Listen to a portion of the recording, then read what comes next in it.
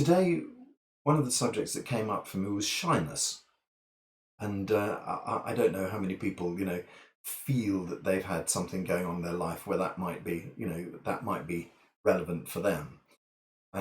But certainly, I remember it's funny because if you'd asked anybody who knew me as a child if I was a shy child, I would, they would have just said, "Of course not." They would have sort of said, "He's the most sociable child we've ever met." And I certainly I was always very keen to talk to adults. I really enjoyed that. But as a with my peers, is that the right word? With other children, I found it really sort of very difficult. I used to. I remember my mum taking me to it was the 1960s, a kind of a dance class where everybody was kind of self-expressing themselves and things like that. So you get the kind of picture. It wasn't just your average kind of like dance class. It was a bit more interesting than that, as so many things were in the 1960s. And I remember literally, when you look at those sort of cartoons with Tom and Jerry or The Simpsons or something, and they're trying to push someone through the door and they've got both hands and both feet wedged against the outside of the door, sort of pushing, trying to get them in through it. That's how it was for me. I used to, the thought behind going to that dance class, but also the thought behind going to something like a party or a gathering of any sort was exactly that. It was a real fight, a real battle to get me through the door.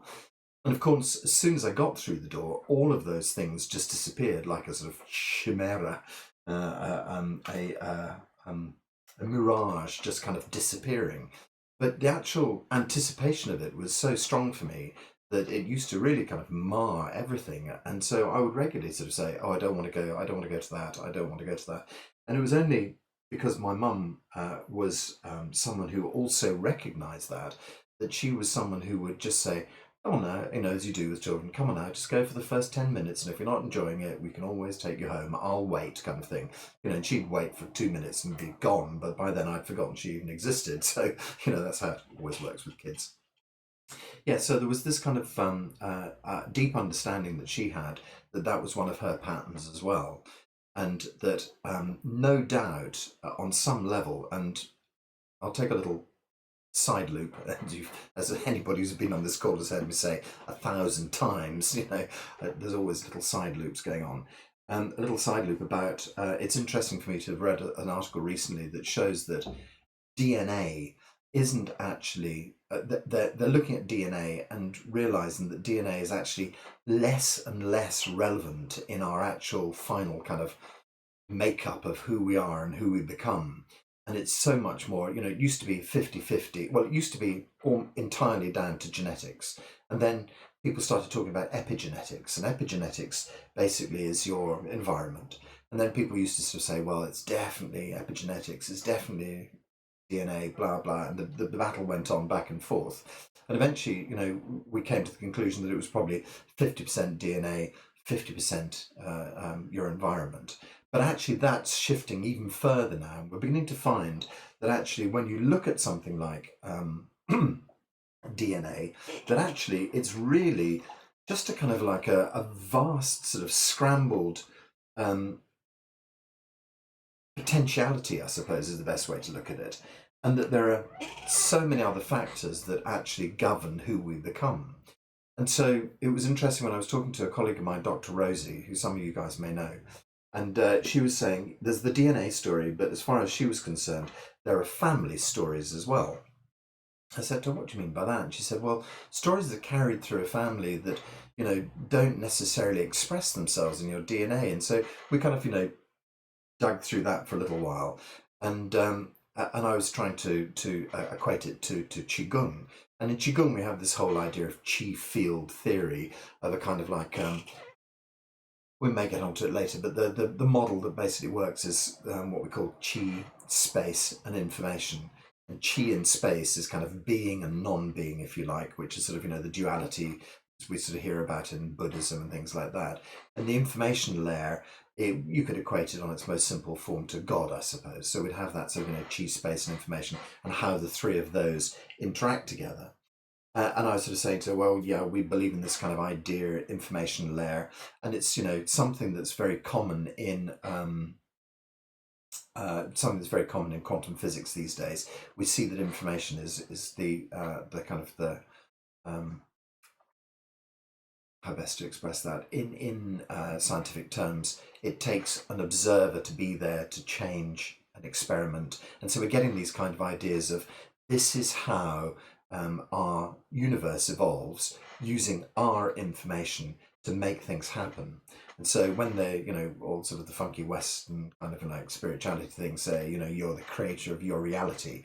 Absolutely true, you really are, because it takes your intention to interact with the chi of the universe to make things occur. Yeah, so we have this idea that information is coming to the forefront now. We're becoming, we've talked for the last sort of 20 or 30 years of being an information age, but we haven't really understood what that term means in terms of ourselves. Well, that's hot. Yeah, so we have the idea that DNA is not. It's interesting because in the sort of the Genome Project, they classed an awful lot of DNA as being junk DNA. I mean, that's typical human folly to turn around and say, well, that's just junk, it doesn't do anything at all. That's because you haven't got anything to measure it with. That's because everything we do in Western science is based on a measurement. If you can't measure it, then it's just not true. That's why, as far as Western science is concerned, chi doesn't even exist, because they haven't got anything fine enough to measure it with. Well, just to point out that the finest measurement tool in the entire universe is here, the human body. not just me, the human body. We all have this extraordinary measurement tool. We can all feel chi. We all understand these things at a very, very sort of deep level, or don't understand them at a very deep level is probably the truth of it. But actually, it takes but science, obviously, on that basis, can't measure it, can't possibly work. And so, yeah, we have this ridiculous dichotomy where we have these two systems running. One of them is science, and it thinks that it's got all the information. One of them's Qigong, which I think has an awful lot more information, but we can't measure it, so it can't be true. No. So anyway, yeah, so we have this idea that a vast majority of our DNA is just junk. And so, yes, this research work I was looking into was basically suggesting that actually the way we've decided, the kind of the computer-based background that we've decided to read DNA on, is not actually relevant at all. And so we look at this DNA and we just go, well, that must do this, that must do that. And then we look at it and go, but why doesn't this particular bit do this time? And the answer to that is because this time the environment is different. This time, at some sort of quantum level, there are differences that you have never been able to manage, and it'll probably take you another 100 years to understand how to measure it, if what you need is some mechanical device to do it. However, DNA, and to say that you're kind of ruled by your DNA is utter nonsense these days. We're realizing that the junk around all of this is the science, not the DNA. The DNA is perfect and it's working very well, but it's working at a subatomic level that way beyond atomics level, that we have no possible way of measuring. And just because we can't measure it, it's written off by the West. And in fact, the truth is we're really now beginning to discover that actually there's far, far more to it. So we look back to Dr. Rosie and her family stories. We look back to Dr. Pang and his kind of information story. And that what we start to see is that there is a layer way beyond current understandings that is actually what's sort of driving us. And so, yeah, I'm going to have to try and find a way to loop back to me at the party, why I was kind of so freaked out. Anyway, let's just hold that DNA story there, the information layer story there for a moment. So, okay, no, let's just look at the family story a bit. It was interesting because Dr. Rosie was sort of saying that, people were thinking they were going to become ill because their parents or their grandparents or, successive generations had become ill from the same thing. But it didn't necessarily express it in their genes. And so we look at also the next side loop. It's becoming to look like a sort of a child's daisy, one of those flowers, so little side loops all the way around the actual core in the middle. In fact, it's a bit like Taoism, the thing that can't be spoken about. What you get is 1,000 views, but you never actually get the real core. Let's hope that what we do is we get to the core today at some stage. But where did that other loop go to? Yes, okay. So that was talking about the doctor. Oh, his name will come back probably as soon as I hang up the call. His name will come back.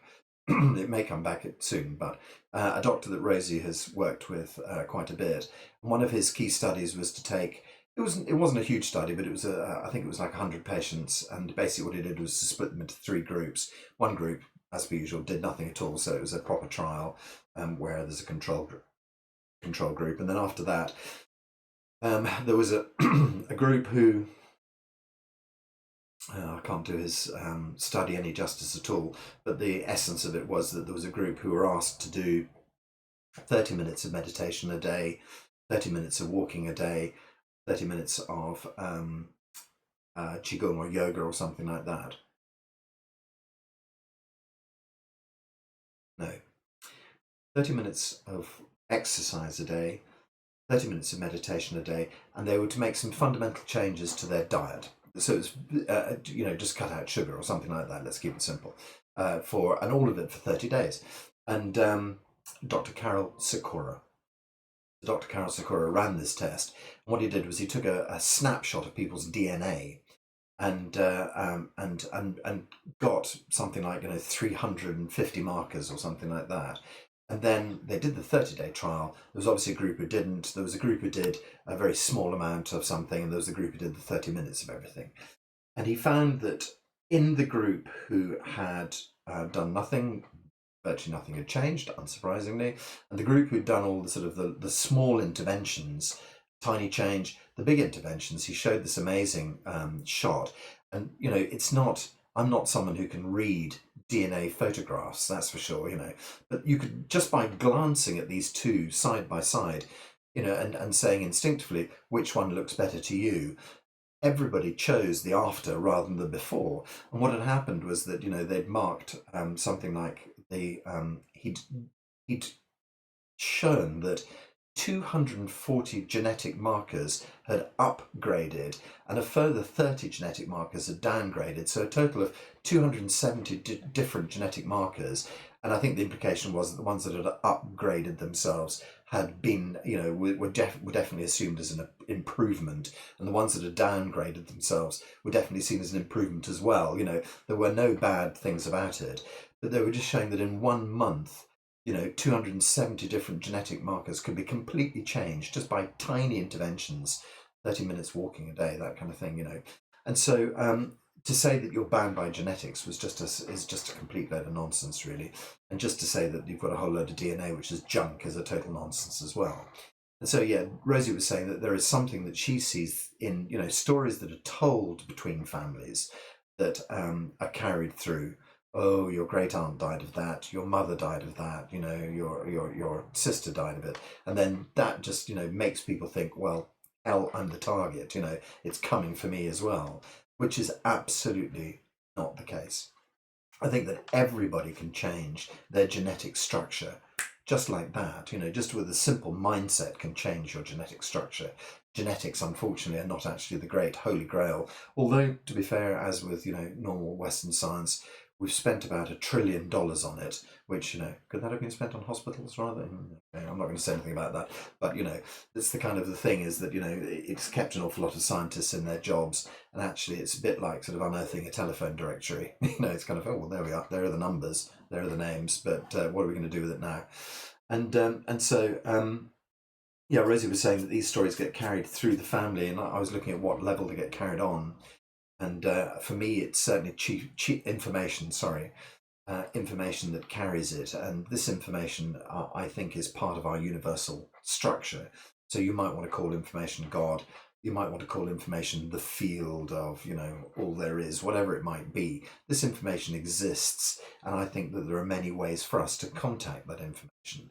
And I think that's part and parcel of what we do in Qigong, is to try and recall the information that we've had from the past, to recall the original blueprint, if you like, to repair our bodies. And so we'll do a bit of that later on. We're going to do that in our simple exercise called La Chi. All right. So, how does this have any bearing on my original story? I'm a shy person. Yeah. So, as I say, nobody would have kind of believed the fact that I was a shy person at all. That wasn't their kind of take on me. But I had this definite sort of worry, and so I've been looking at it for various different reasons. And I thought to myself, yeah. And so a bit of the digging that I've done took me into social anxiety disorder, and that's maybe something that you guys have heard of before.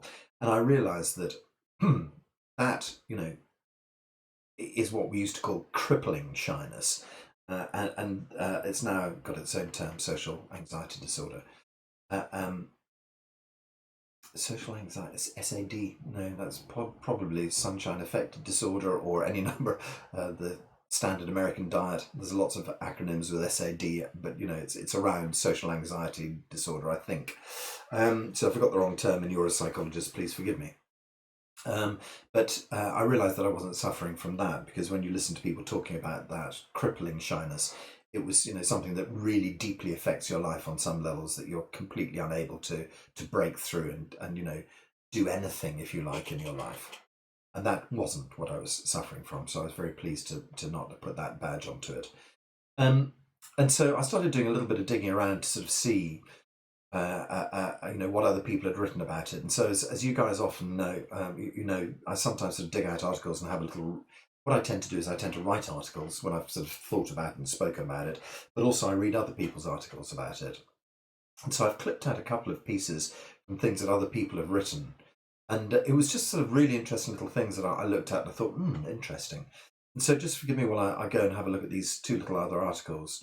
This piece that I snipped out from one author says, nobody says, hey, I know that you may not have a lot of confidence, but that means you, like so many have so many other awesome traits.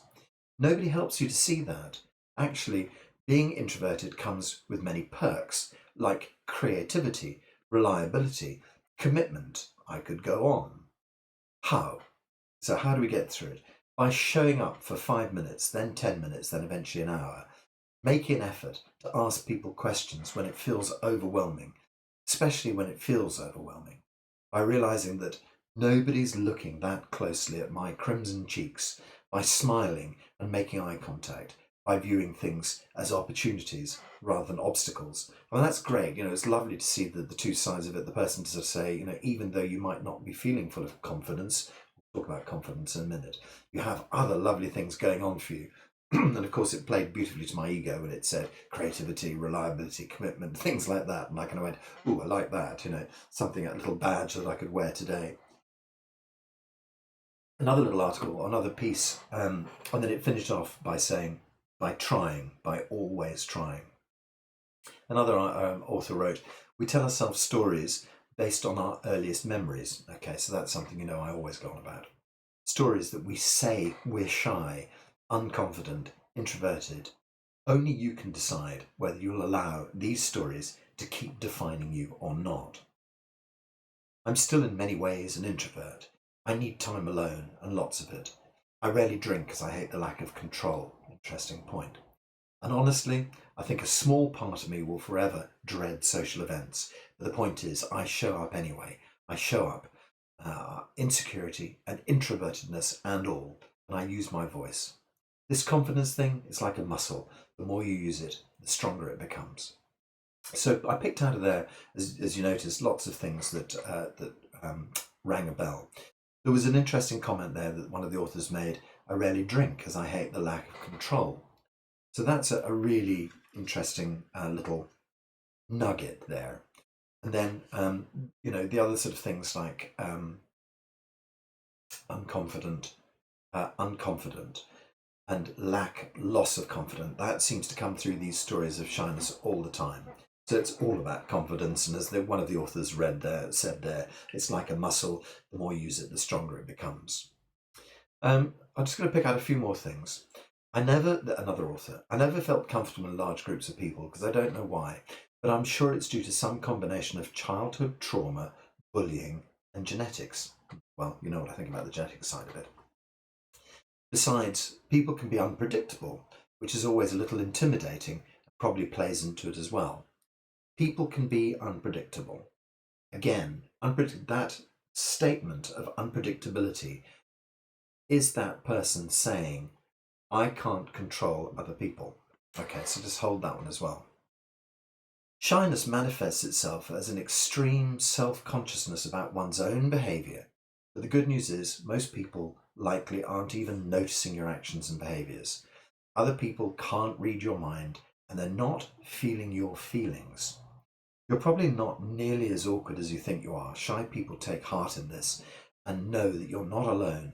With a little bit of preparation before events and knowledge, these facts may make you feel a bit more at ease. Okay, so let's just take that as a little aside for those authors. Now I want to go slightly more specific and some notes that I picked up from one of my teachers when I was in China back in 2013, a teacher called Teacher Shi. And I haven't really edited this, so I'm just going to go through it exactly as it is. So he says, how can we deal with these old habits? If you're a very external person, you have to train yourself to spend more time inside. Okay, so for all of you guys who work with me, I think that's my watchword. That's what I say to you all the time. You have to train yourself to spend more times inside. He says, if my habit is always to gossip about others, when I realize it, I should start to control it. I should try to listen more. The opposite would be if you realize that you're too introverted. I'm shy. I don't like to talk. Then try to open your mouth. Communicate more. Just to break the old habits. Both inward and outward facing characters. If you don't know how to observe, then both of these types of characters can be just as problematic. If we observe our consciousness, can see who we really are, extroverted or introverted, then we can change this habit. Then we can become flexible, and your life becomes flexible too. So if you can accept all these theories can be hard or soft, round or square, then you'll start to become flexible. The fixed self starts to change. Patterns change. If you achieve this level, then when others say something good or bad about you, you just accept it and remain peaceful. When you do something and get good or bad results, doesn't matter. Just stay calm. This already shows a solid foundation. So I thought that was very beautifully put by Teacher Shi. It's in it there's a sort of a nugget of Zheneng Qigong really. And then my research work took me to have a little look at where these things might reflect as far as Chinese medicine is concerned. And interestingly enough, it comes to the heart, and the heart is all about feeling a sense of joy and love, ensuring propriety, and interacting appropriately with others at the right time, behaving correctly in social situations. The heart allows you to connect with others and have a heart-to-heart conversation with people. So disharmonies of the heart are always suggested in Chinese medicine. They show themselves in social situations, the ability to be able to have relationships with other people. At the extreme end of the scale, people might mutter to themselves, oh dear, that's bad news, isn't it? I'll have to have a look at that habit. I'm very glad I've got a cat that I can talk to. People might appear crazy. More commonly, symptoms include anxiety, depression, social anxiety, i.e., worry that you might not act correctly in front of others, and awkwardness, flightiness, restlessness, difficulty expressing oneself, lack of warmth in connecting with people, shyness, as this conversation started off with, being withdrawn, and then people find it hard to open themselves to relationships. They get hurt easily. Insomnia, heart palpitations, easy blushing, and things like that. Okay, so those are the kind of the real sort of key aspects of it. But there's also, as with everything in Chinese medicine, there's also a slice of kidney involved in it, kidney qi, and that's kidneys all around fear and dread, I suppose. And yeah, so and well, yeah, fear and dread. So it depends how far that those heart symptoms, if you like, have gone. Have they gone right into the dread zone, or not? And if they are, then it's impinging on your kidney energy as well as just being a kind of a heart thing. So that's the kind of the Chinese medicine look at where the actual problems lie. But actually, I think the one thing that comes through this so regularly comes back to childhood. And sorry to always seem to be coming back to childhood, but it just does seem.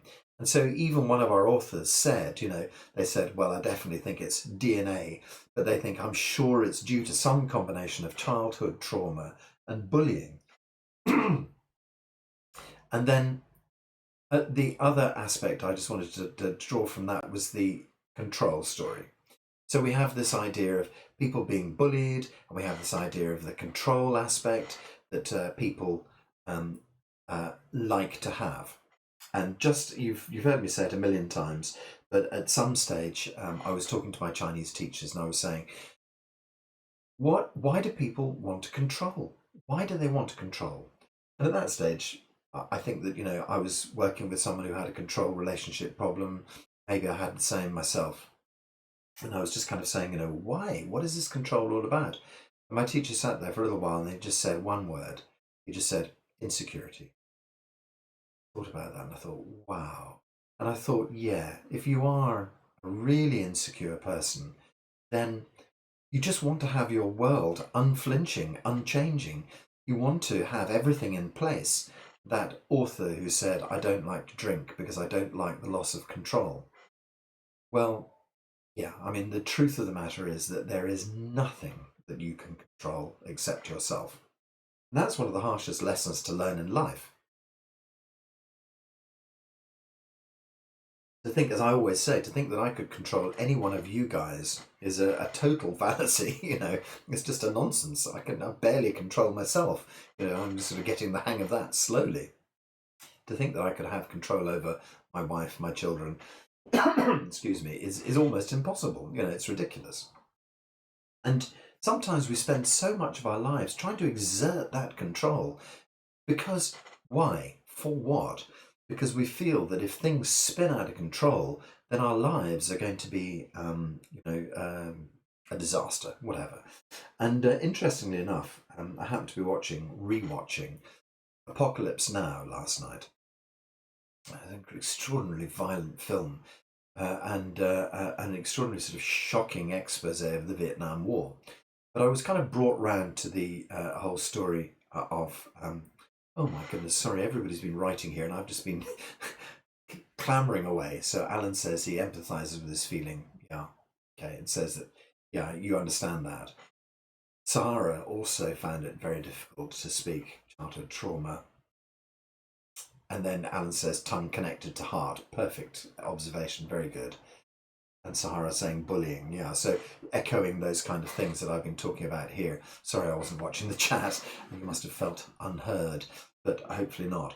Alan, absolutely true, and that's why people who have stutters, the thing you work with in Chinese medicine is the heart for a stutter as well, I believe, and Penny can probably tell us that if that's true, being an expert acupuncturist. But yeah, I think that certainly from my medical qigong, one of the key things, heart and tongue are connected to each other. And it's interesting. I think that actually the muscle that controls the tongue isn't anchored to anything except down into the heart. There's some crazy fact like that, and you think, whoa, really? Most things is kind of cling on to bones and stuff like that, but apparently the heart not. So it's not completely free floating in your head, quite clearly. But its principal connection, I think, is down to the heart. Yeah, so often, the ability to speak is obviously. So in Chinese medicine, people who speak very quietly or shout an awful lot, we tend to look at the heart as being something to do with that as well. And then that spins off into our kind of like shy people or extroverted people, and that is also all bound up in the heart in Chinese medicine as well. And by the way, if you identify as being shy or you identify as being loud, that doesn't mean you're about to have a heart attack.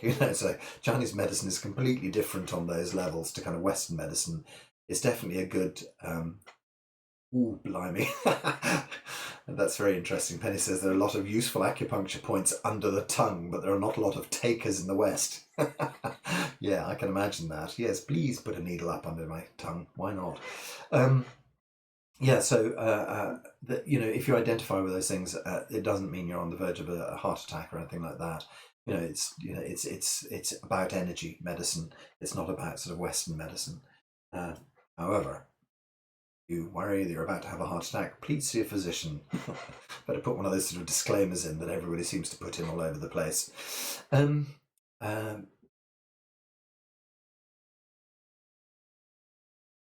yeah, okay, great. So sorry, Alan's talking about heart and tongue still. Yeah, so where are we at in this whole sort of bizarre diatribe? We're talking about confidence. Okay, so why don't you have confidence? What's the bottom line to your confidence? Where has it come from? For me, I think probably my mother wasn't a confident person, and I think also my father was a very understated kind of character. You would say that he was dry. His wit was very dry. He was a very sort of um, quiet man who was a very intellectual character, but he wasn't someone who put himself out there. And I know that he had to push himself to socialize with people. It wasn't his default setting at all. And so for me, that's, I think, learned habits. You pick up things about your parents at some level that that's way beyond the spoken, and way beyond the kind of the mental. I'm not quite sure. You know what I mean? It's at a level much deeper. And so, yeah, we're. I think looking at my parents, it was inevitable that would probably happen to me as a sort of a picked up habit. Not wanting to socialize. They would never have said don't socialize because they knew it was the right thing to do, but they were very aware of the fact that they were probably exactly the self same people themselves. And so, yeah, that became my thing. That is the lack of confidence at some deep level. You know my story. I've told you, and no doubt I'll refer back to it at some stage again. So if you haven't heard my story, don't panic. But the bottom line is that I was adopted at a very young age. So I spent a few weeks without my birth mother before my wonderful parents picked me up. And so there was a huge hole in my childhood there, which seems to have had echoes that I work with every day. But and I suspect if I ever find some flaw in my personality, it's very easy for me just to go, must have been that, without really Anyway, I'd look into it. I always look into it. Always look into things is my advice to you. Yeah, so here we have a possible route, for me. But this person, and certainly Sahara was mentioning as well, bullying, and then parental patterns, bullying, and these are kind of and why do people bully? Because they feel insecure as well. It's the same story. I think that you don't feel secure about yourself enough, but also I think people bully because they've been deeply hurt by their brother's family environment, etc., etc. And so we're talking about so much of the sort of the environment that you grow up with, the first 7 years, the formative time in your life, that where things spin out of control for you, and then you spend the rest of your life trying to gain control over them again, and sometimes never managing. So the truth of the matter is, let go is the first thing. And I always say to you, when I'm talking about healing, I always say, let go of the old stories. Let go of the old patterns. You don't have to hold them anymore. I know it's just about as useful as saying, don't be afraid. Right, okay, how do I do that? So that's why we have sort of a practical solution, which is using our La Chi tool to help sort of, that to develop and change, to change the way we think about it. But also, hopefully, the idea of just, talking to you about these things maybe just loosens some of the roots somewhere along the way. The whole sort of story is, you're not necessarily to blame for any of this stuff. You can blame your parents. I've got 3 children, so I'm sure they're all blaming me. And I constantly say to my children, I'm really sorry. I'm sure I've, you know, F word you up. And they go, what, Dad? Give it up. So I sort of try and take on as much guilt as I can and allow them to blame me. And they don't seem to want to get on that. Give them a few years, I'm sure they'll get there. Just checking on my children are on this call. um, oh, thank you, Sarah. Yeah, echoing that again. So Um,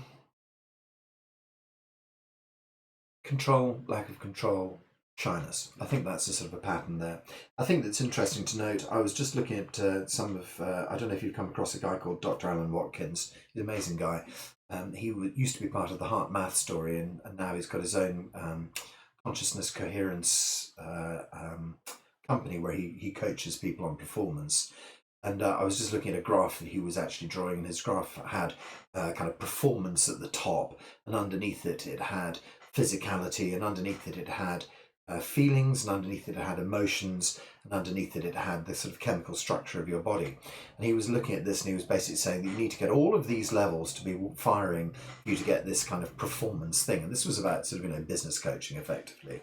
But he was looking at the sort of the structure, and he was basically, his structure showed at the bottom the kind of the chemical composition of our bodies.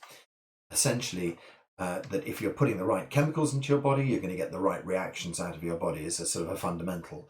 And essentially, that's obviously about nutrition and things like that. But also, the next layer up was emotions, and as he was sort of saying, emotion is just energy, motion. We've seen that before, that little idea that it's just your energy in motion in your body. As that energy moves through, it creates feelings in your body. And so your feelings essentially are just a representation of the chemical structure of your body. And if you can set all of those right, and then on top of that, you can build the correct physical platform, then what happens is that you get good performance. Okay, so we have it slightly different in Qigong. Qigong is a physical exercise, and it works on the physical body.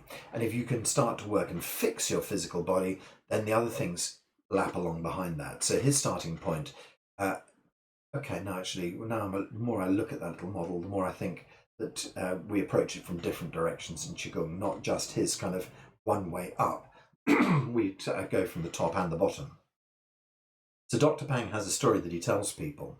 So if you guys are new to Sheneng Qigong, founded by a guy called Dr. Pang, who was born, how old is Dr. Pang? He's about 80 now, I think. And when he was sort of 5 years old, he became a martial artist, he became a Tai Chi champion, he became a Western medicine doctor, then he studied Eastern medicine. So he did, 5 years as become a Western doctor, 5 years to become an Eastern doctor, and then after that he studied Taoism, Buddhism, Confucianism. He's a very wise old chap. I suspect he's probably an enlightened being by now. And on top of that, he also studied Qigong from 18 different lineages, 19 different lineages from their Grand Masters. So he has become the uber collection of all things Chinese, in my opinion. His story that he says is inside your body, you have the most complex chemical factory on earth. There is nothing to rival this.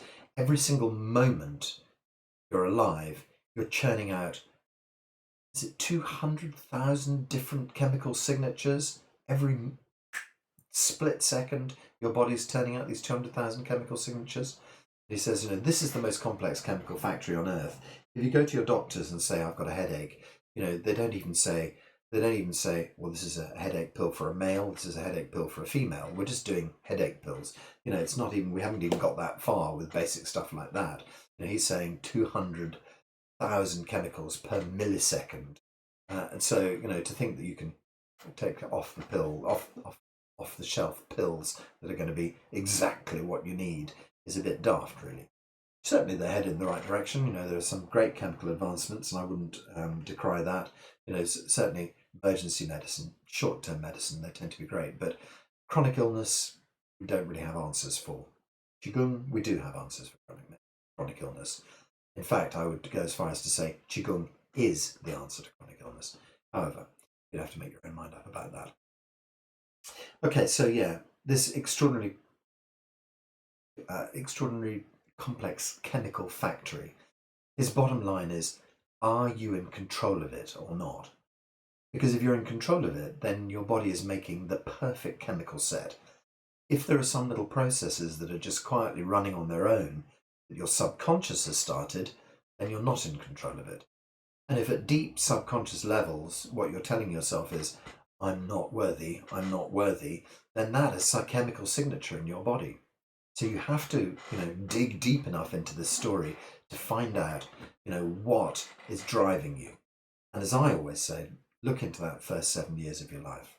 Sure, as we go along, relationships can hit us, but I would suggest that the kind of relationships we choose come from the kind of person we are, the kind of person we've been built. So if you find that you're always struggling with a relationship problem of some sort, perhaps start looking at why that happens and where that seed comes from.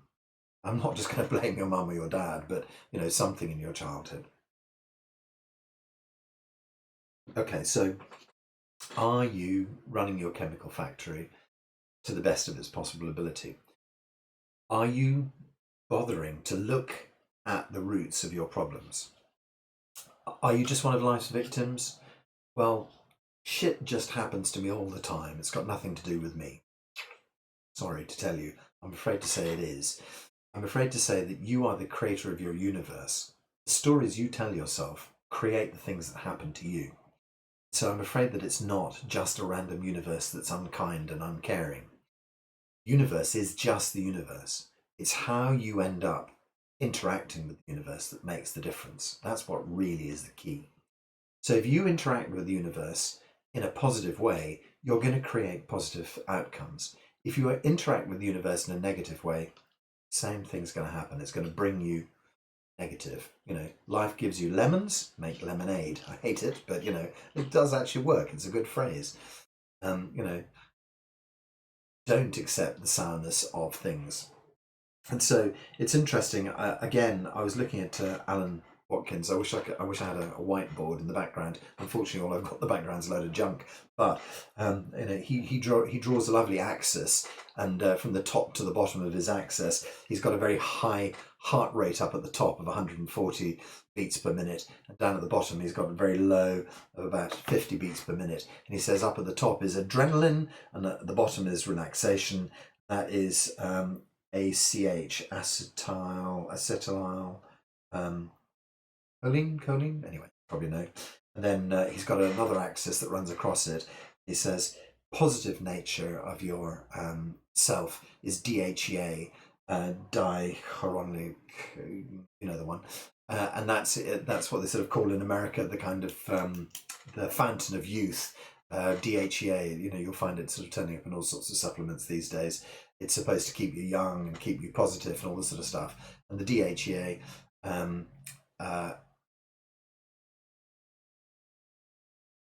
lovely, thank you. I'll go to that, Sahar, in a second. Yeah, so the DHEA is the positive hormone. It's a positive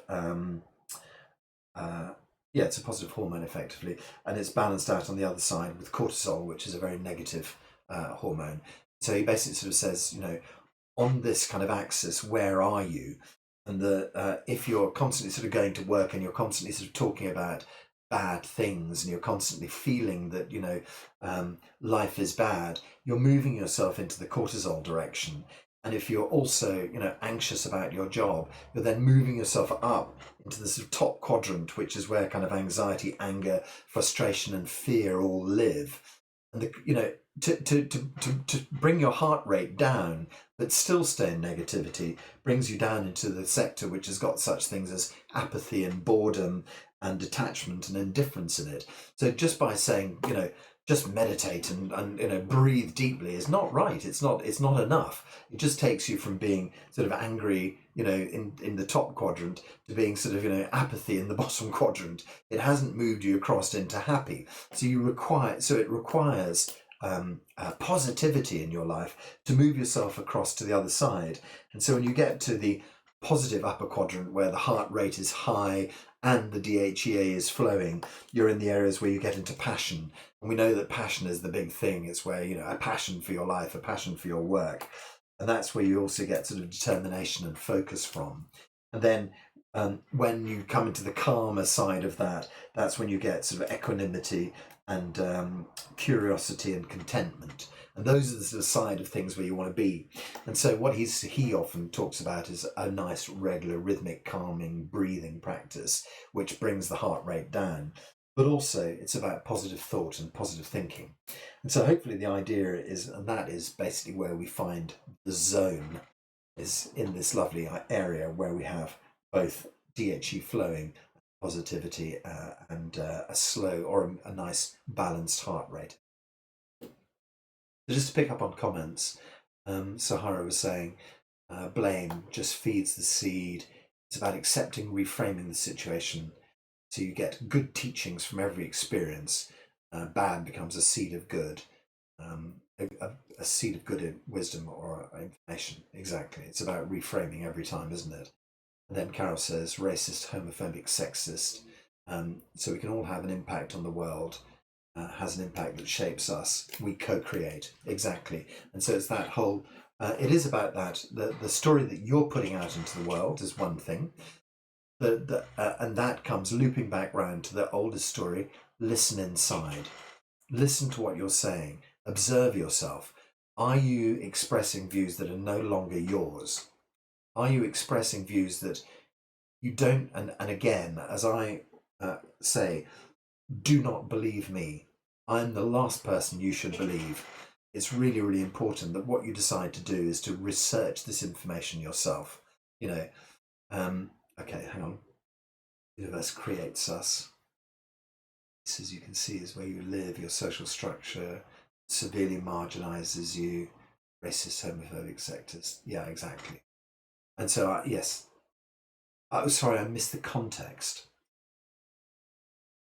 Let me just reread that then, and anybody can pop up the conversation. Um,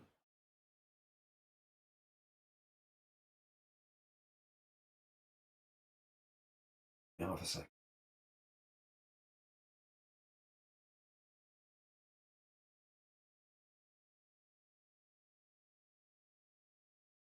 Yeah, so okay, so if you want to read Carol's comment as well, I think what you're saying is the universe also creates us.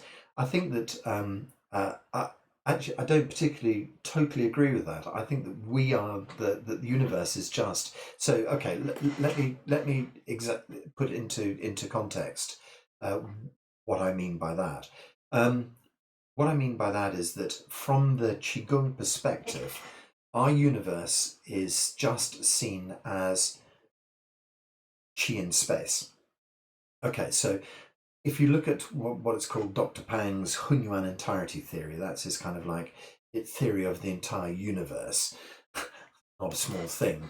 He basically says that everything in our universe is just made of undifferentiated energy, Hunyuan Qi.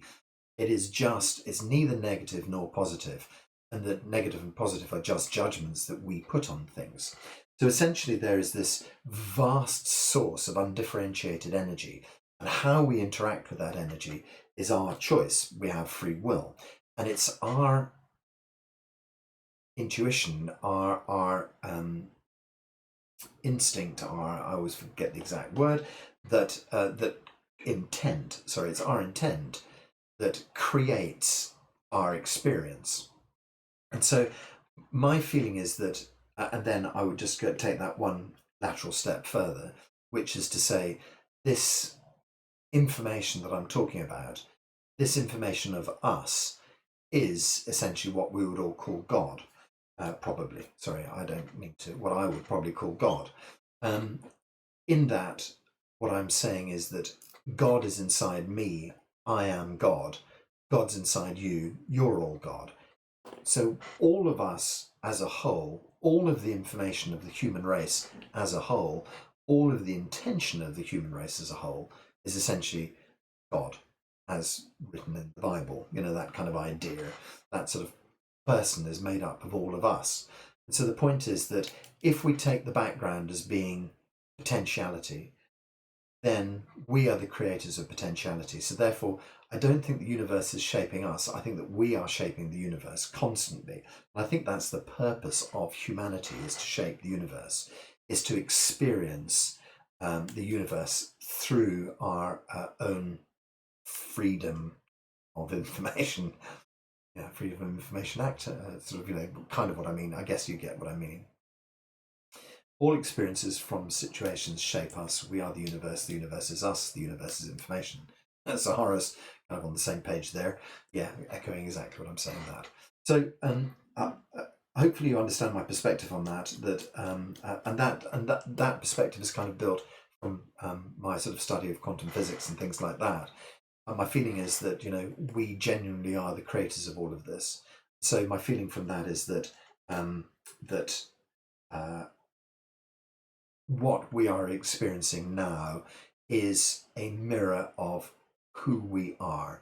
And there's a very sort of standard saying, "As above, so below."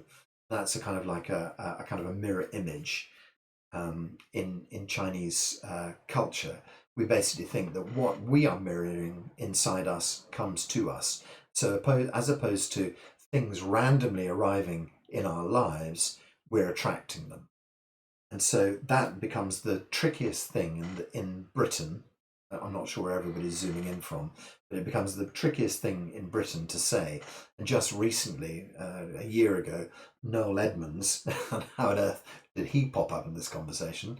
Noel Edmonds was completely panned because he basically said people make themselves ill. And the national newspapers, oh my God, how dare he say that? Unfortunately, I happen to agree with Noel Edmonds. There's not much I agree with Noel Edmonds on. In this one case, I agree with him. We do make ourselves ill. Do we have the intention to make ourselves ill? No. Do we make ourselves ill? Yes. So I think that's how it works. I think that unwittingly, the chemical processes that get out of control then make our bodies, make our chemical signature. They create our feelings and our emotions. We become that. And so the only possible route is to work from the top down, is to look at the universe as a whole and allow the universe to pour into your life to kind of like nullify the experiences that you have somehow brought to yourself. Okay, so that's a fairly sort of big set of statements. I'm sorry if you feel that your illness or your unwellness has been vested upon you. I'm afraid I don't agree with that. I basically feel that you have allowed things to open in such a way. Okay, so the other important thing to point out here is that in the first 7 years of your life, you're essentially a sponge. You don't have control of the information that's given to you. So those things have been put upon you. The only choice you have to deal with those. Okay, wow, that's a very good question. Yeah, what if you're born with a tumour? That's right. I mean, we always have this question about children. How can a 3-year-old child have leukemia? It's that kind of thing. It's really sort of difficult to understand why that might be the case, and that takes another whole loop out through sort of possibly through karma, through soul journeys and things like that. And so one aspect of that might be if you believe in soul evolution as an idea, that what we do here in this kind of 3D existence is that we run through a scenario. It's like a virtual game, if you like. We run through a scenario and then we either succeed or we don't succeed, and then we move on to back into the universe, as it were, back into the information field, and that we reassess how we did. And so if you've ever read any of the work, unfortunately I always call him David Irving, but I've no idea if that's his name at all. And I think I always worry because there's also some sort of guy who writes terrible kind of Nazi thrillers who might also be called David Irving, and I don't want you to read him at all. That is bad information. But he's a guy who spent 30 years of his life regressing people.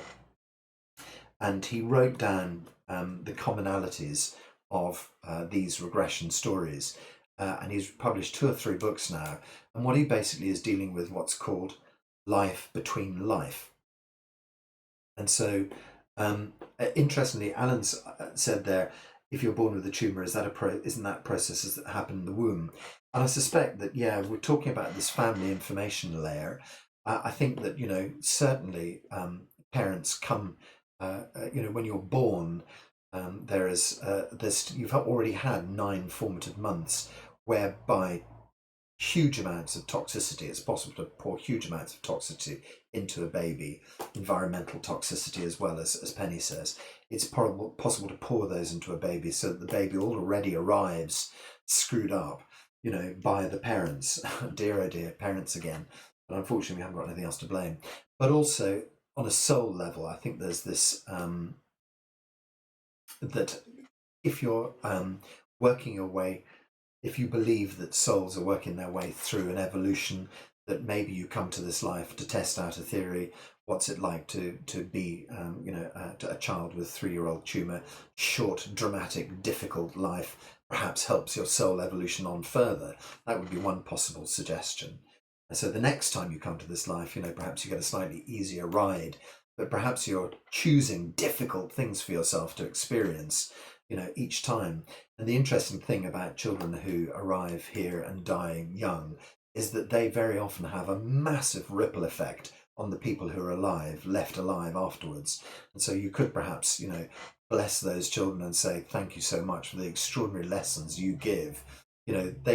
People start incredible foundations off just because a child has died, or just because a child has died, then their entire life's work is dedicated to helping other children. So perhaps you become this extraordinary love bomb dropped on the world just for 3 years of life, and then the rest of the influence that you've had in those 3 short years ripples out across the entire world. So let's not. I think those things are probably well beyond our understanding. But also, I think both Penny and Alan have highlighted as well that that those can possibly just be things that happen in utero, that you end up sort of picking up signals from your family, signals from the world, signals that end up making you like that. Who knows what the soul purpose is? Perhaps it's as I've described. Perhaps it's something way beyond my ken.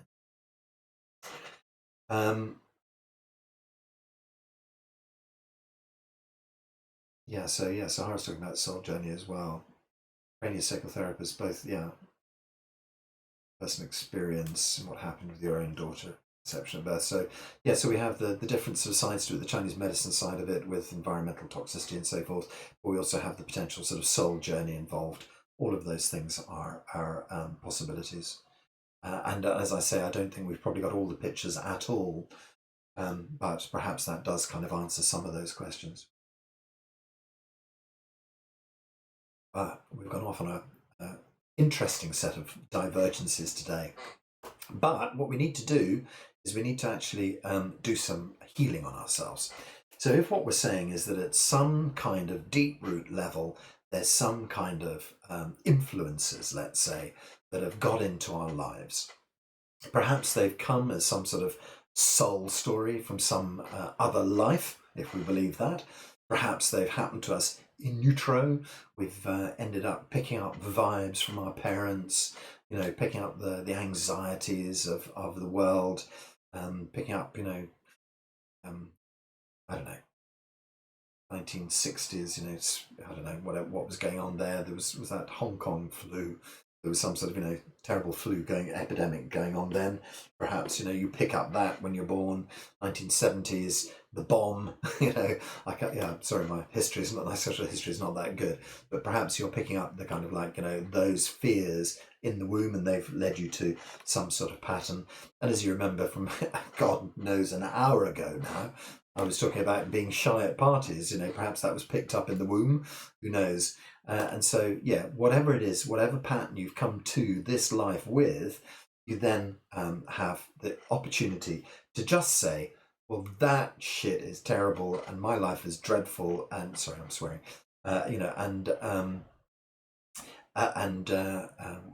Although I do realise this is not the BBC, so I hope you don't mind me swearing a little bit. Perhaps your whole life has just been, that's it.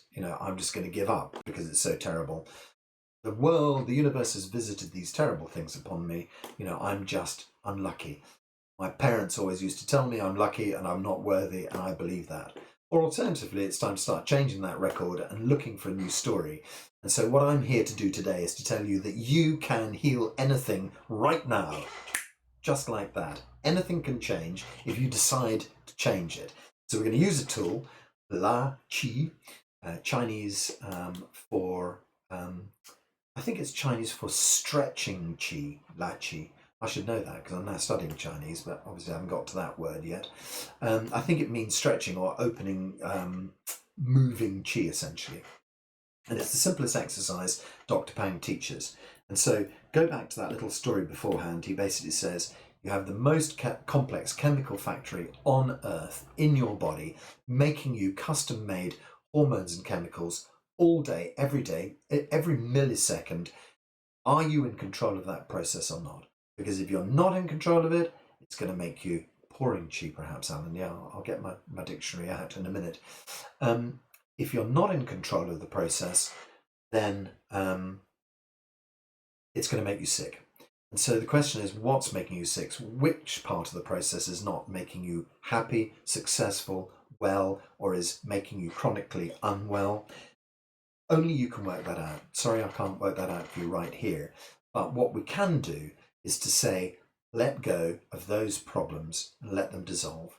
So, for instance, we're talking, you mentioned there, Balvinda, you mentioned tumour. So if we're talking about tumour, that tends to be the tip of the iceberg. It tends to be the final result. So if we're working with something like a tumour, we can just go for the obvious and we can just think, right, tumour completely dissolves. Let go of the tumour, let it out into the universe. Imagine every single little particle, every single cell, every single atom of the tumour dissolving out into the background Qi field. Make it bigger and bigger and bigger. So it just dissolves out, gone, out into the universe. And just think what a mighty huge place our universe is. It can take all of that energy, gone. Let it go. Park it at the four corners of the universe so you no longer have that problem. And then what are we going to bring back? We're going to bring back super amazing, wonderful new Qi and fill that area of the body. Okay, so there's just a little refinement to make with that. If you're thinking tumour, my tumour, you're actually sending power to it. So better than that, think, okay, so you have to make a plan, just one thought. So my tumour is on my kneecap. Okay.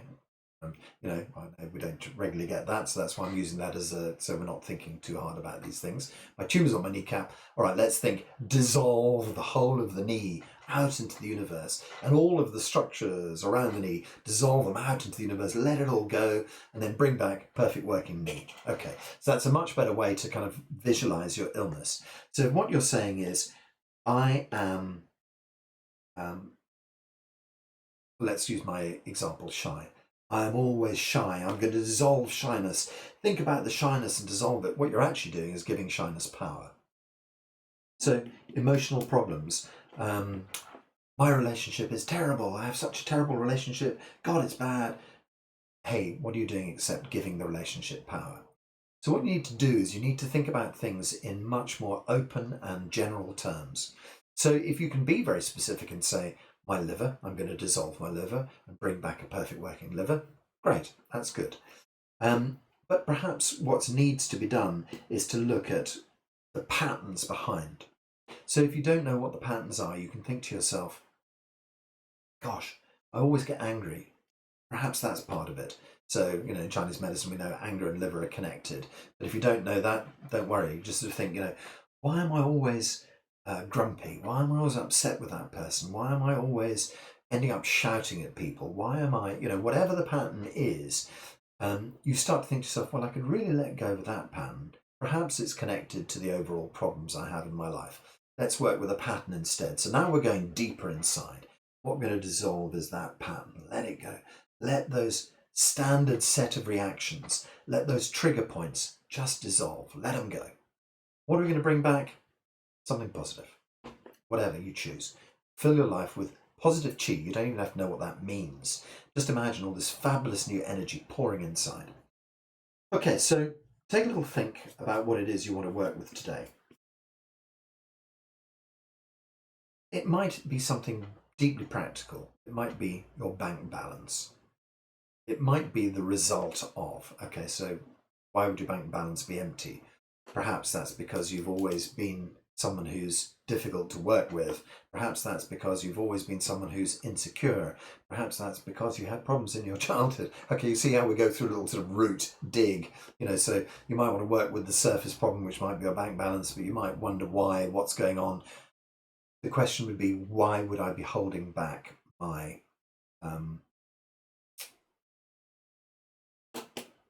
abundance? That's the word we're looking for.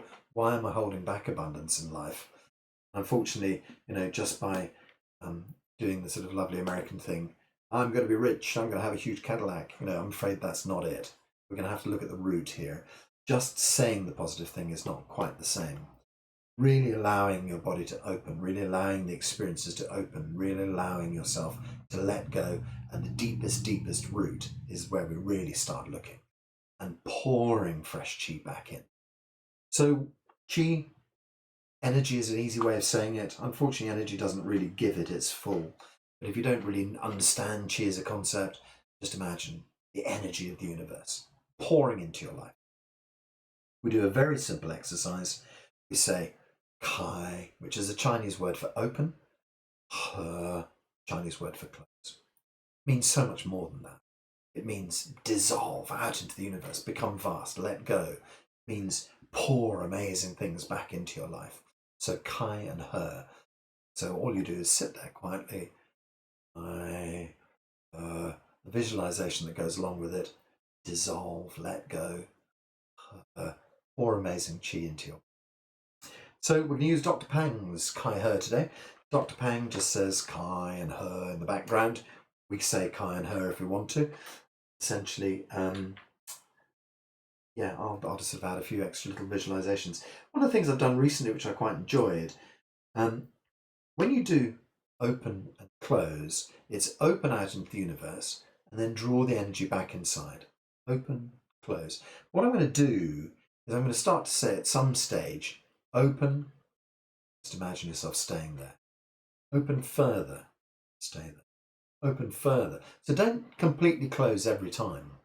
We're going to riff la chi. We're going to just open and open, open and open and open and open and become truly universal. And then after we become truly universal, we can close down a bit after that. So we'll look out for that exciting development in la chi. And otherwise, let's just go. So I say let's just go. I haven't got the track ready. Let's have a quick dig into my phone, see if I can find Dr. Pang.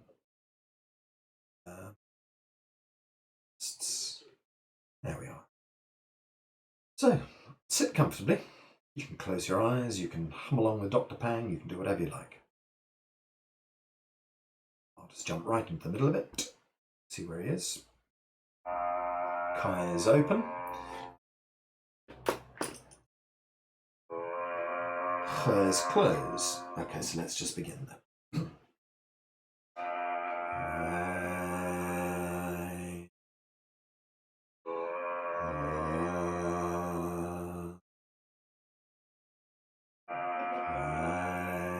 Kai is open and feel that great chi tingling in your body.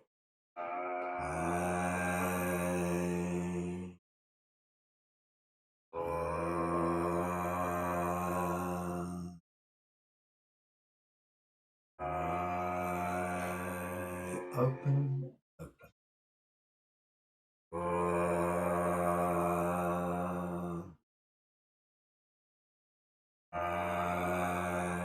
Body dissolving into chi.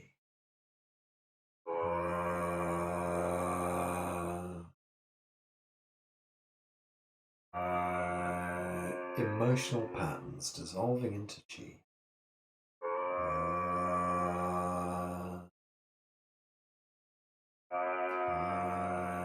Deep at the root.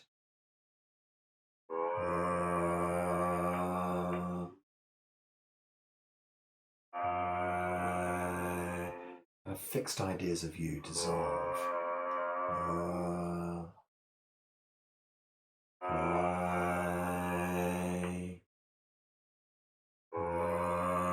Just allow great chi to flow in its place.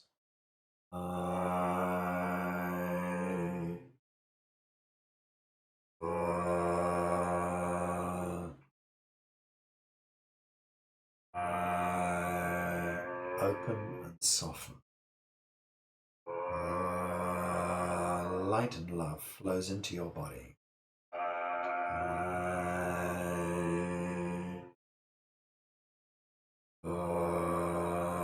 Let it penetrate to the root of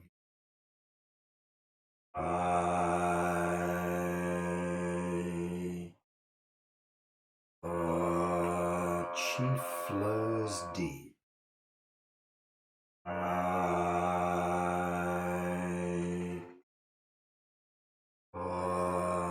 Chi flows deep inside.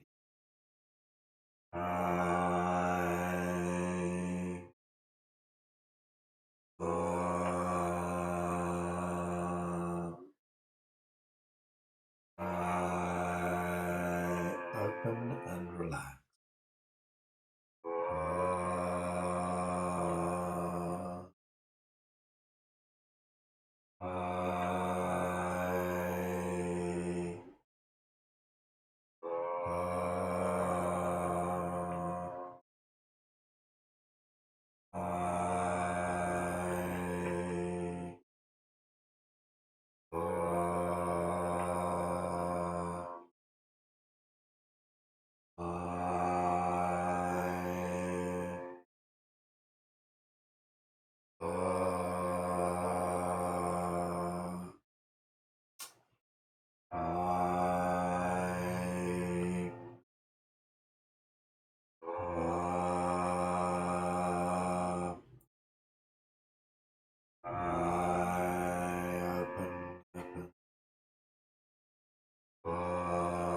So let's start to open them. From the deepest level of you, gently open. Just kind of pins you in place. Expand a little bit further. Just holds you open. Really feel yourself starting to dissolve. Every cell open.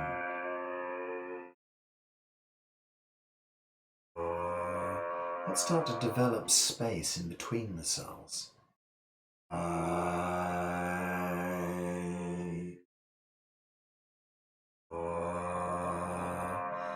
Let's view ourselves at an atomic level. Open.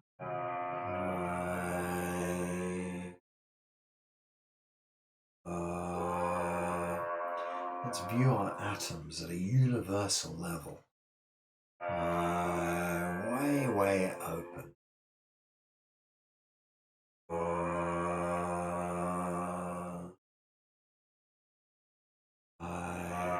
Expand yourself out into the universe. Out. Expand yourself beyond our universe.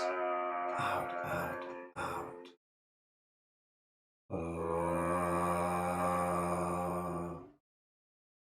Feel yourself as a truly universal being. In a couple of seconds, I'm just going to pause, Doctor. Stay out here. Out. Open.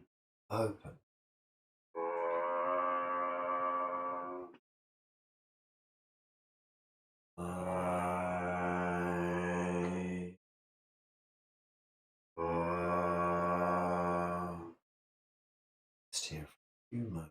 Out.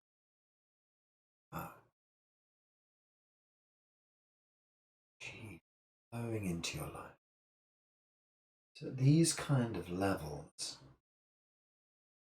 you can realize the blueprint of who we truly are. Feel the gentle universe opening and feel the gentle tide of chi, being, non-being, back into being. You can really feel yourself at a universal level. No longer the tiny 3D story was you. Now, truly deep DNA level blueprint, the real blueprint, who you are supposed to. This level we understand God is not some throne with a big white beard.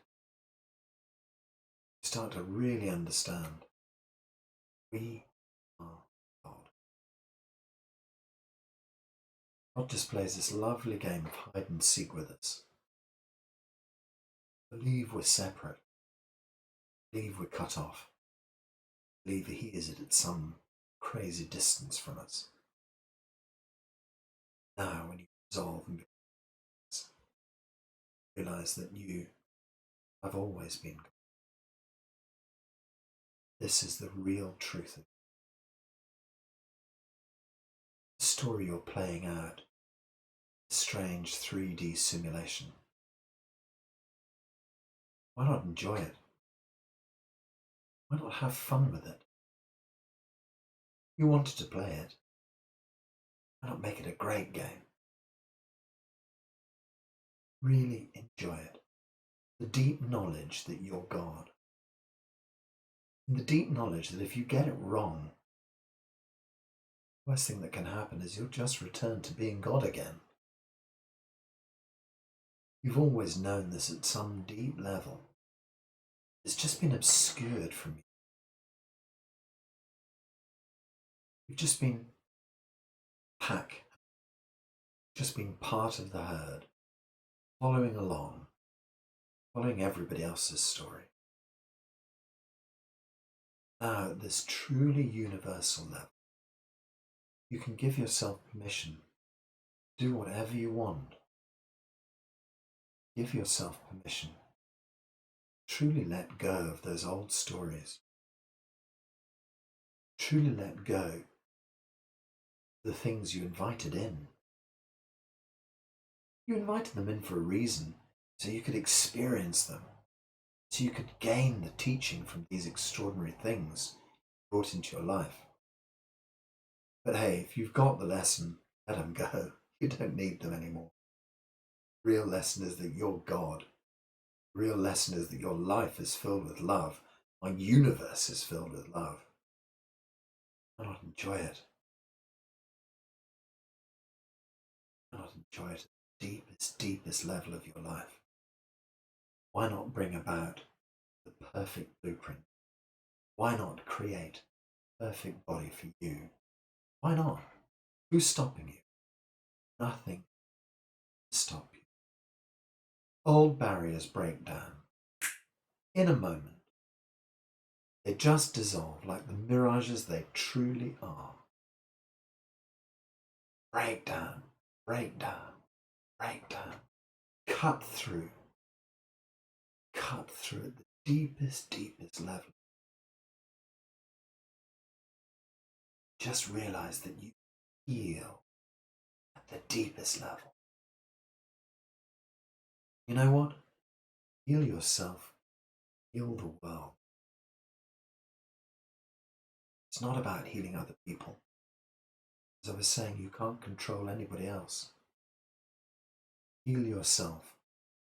You come the ripple. People look at you being God in your human body. They see your divinity you've embraced. You create profound changes in them. Why do you think it is that if you sit beside someone like Mother Amma, that people instantly burst into tears, that people instantly heal? They feel the truth of the universe in her soul, in her very being. She's not special. She's just made this realization. Every one of us find this truth deep inside us. So clear away all of the mist and fog.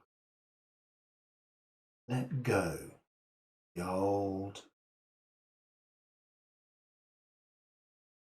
be true self now and evermore. You will be your true self.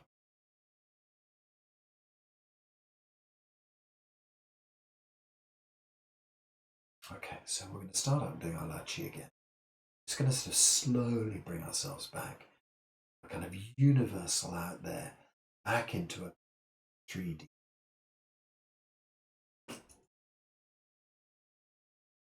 Eyes opening out into the universe. Is starting this positive current of chi to flow towards you. Kai holds you here. Starts to flood your cells with amazing chi. The resources of the universe are at Kai. The universe floods every cell of your Kai. That's God. That's you.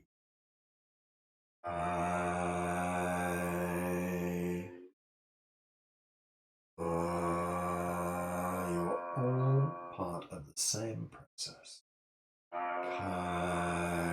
Experience yourself as the universe.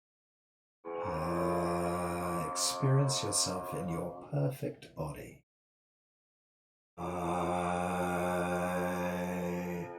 Universe. Perfect little universe of you.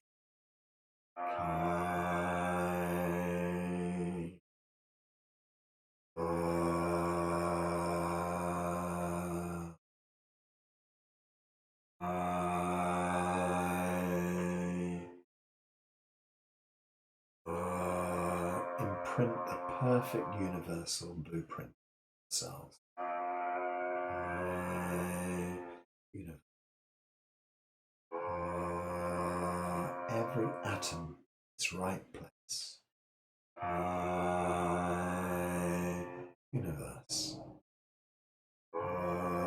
Deep, deep healing in your body. Universal energy. Chi pouring deep inside yourself. Universal energy. Deepest of deep, deep healings for you. Universe. Every cell is a microcosm of the beautiful universe.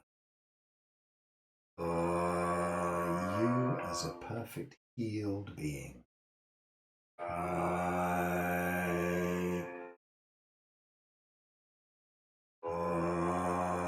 You in perfect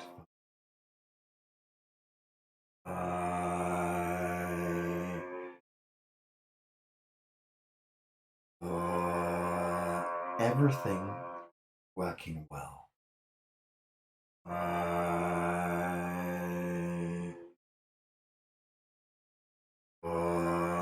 All functions of your body, perfect working order.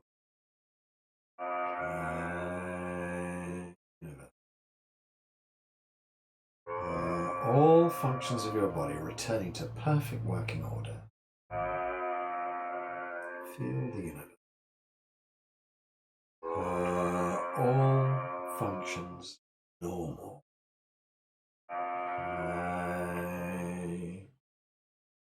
All functions normal.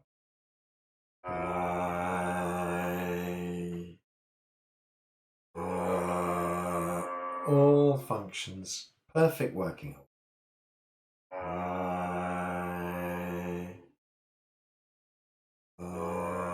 All functions normal.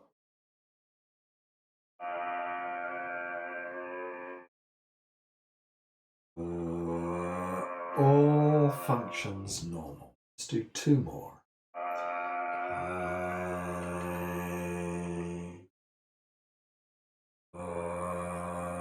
Feel your perfect body.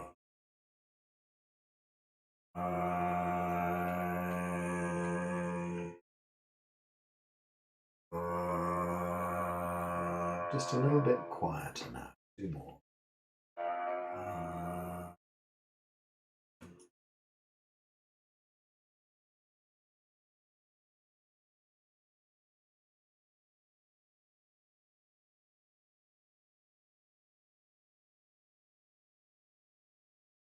let's do the last two without any sound.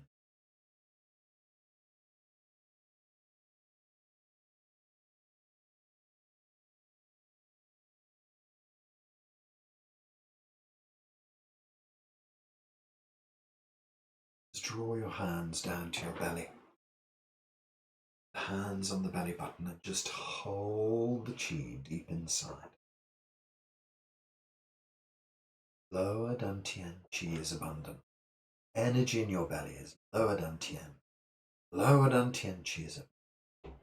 Just imagine all this incredible energy deep inside you, supplying chi through your whole body, making every system in your body work really well. All the functions of your body in tip-top condition. All the functions of perfect work. All functions normal. All functions. Feel that information. Your body has returned to perfect working order. Sometimes the physical takes a little longer to catch up. Just know you've set off this incredible healing. It is now in motion.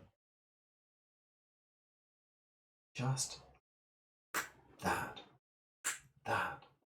In a moment, everything heals, everything changes.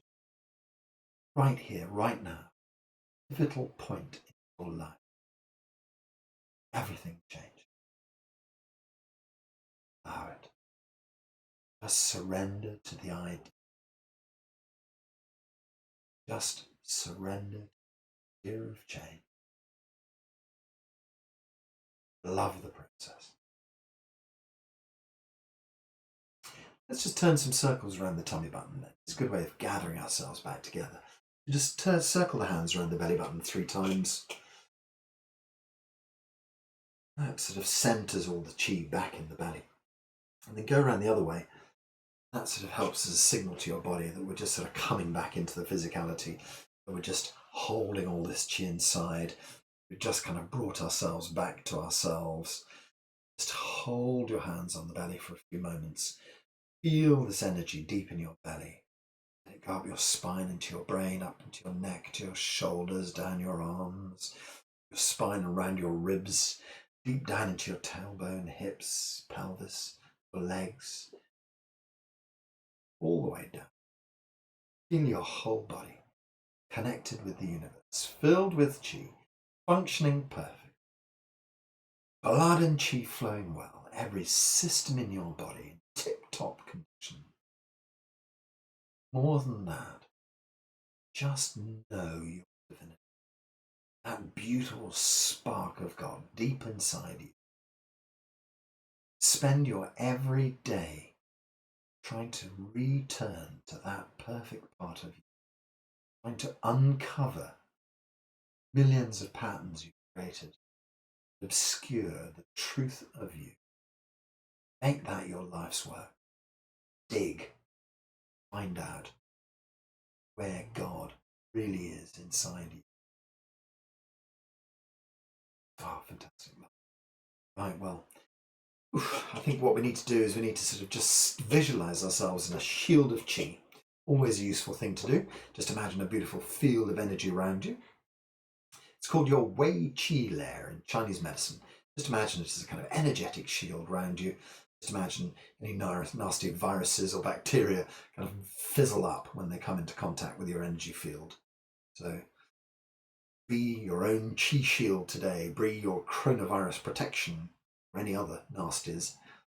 Just feel that you have the ability to protect yourself at a deep, deep level. Just know that you're deeply safe inside your shield of energy, being of light, filled with energy, totally safe. And then Slowly open your eyes. A big smile on your face. Give your body a bit of a stretch. Ooh, then we're going to go and we say how la to finish off. Absolutely no problem at all. That's a great pleasure, you guys. I'm here every Wednesday, as they say. I like the ready break man. Thank you, Sahara. Okay, so in Chinese, in Zheneng Qigong, we say hao la. So hao la means everything is good already. Everything is already fixed. So it's like sort of, you don't have to project yourself in the future. It's done, people. Already done. So I'm going to undo the mics. We can all say hao la together. I'll put my hands up in the air, and we all put our hands up in the air. We count 1, 2, and then we say hao la. So I can unmute you somewhere along the way, mute participants, button that says unmute all. Yeah, so in theory everybody's unmuted. Great, so put your hands up, and then we say 1, 2, hao la. 1, 2, hao la.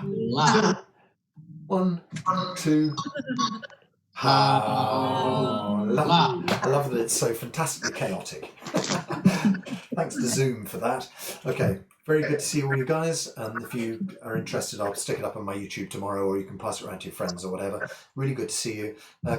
Physical class tomorrow morning, same address, 9:30 and 6:30. And then otherwise, perhaps I'll see you next Wednesday. Thanks very much. See you tomorrow morning. Pleasure to see you all, guys. Bye. See you tomorrow. Bye. Bye.